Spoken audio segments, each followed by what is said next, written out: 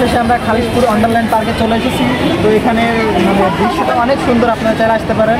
তো এখানে just only cinematic shot দেখানো হবে। এখানে তেমন আমরা ফেস্টিভ্যাল করবো না, আমরা সিনেমেটিক শট জায়গাতে ভিডিওটা শেষ করে আপনাদের। এটা ছিল এই পার্কের মেন গেট। এই গেট থেকে ঢুকতে হবে, দেন সামনে এগিয়ে গেলাম। যাইতে যাইতে ঢুকতে টিকিট কাটা লাগলো। তো প্রতি টিকিটের মূল্য ছিল 50 টাকা করে, ওখানে লেখা 100 বাট 50 টাকা।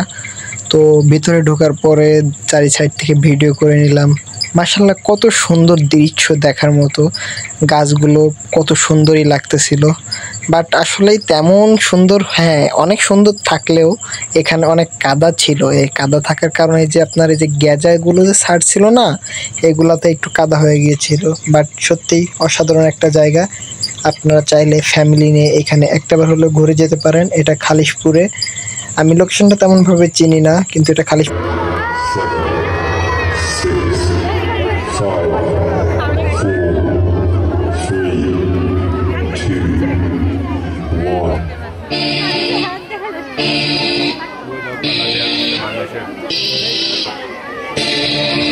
দেন এখানে রোবটগুলো নাচানাচি করতেছিল, এখানে বাচ্চাদেরকে বিনোদন দেওয়ার চেষ্টা করতেছিল। বাট এই যে এখানে ভয়েস ওভার করার কারণ ছিল, এখানে মিউজিক চলতেছিল কপিরাইট ইস্যুর জন্য আর কি ভয়েস করা।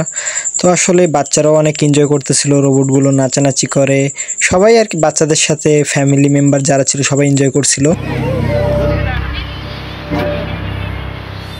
কত সুন্দর একটা দৃশ্য, আইসল্যান্ডের মতো একটা ভিউ, মনে হচ্ছে বরফ পড়তেছে মাথার উপরে। বাট এটা আমাদের বাংলাদেশ।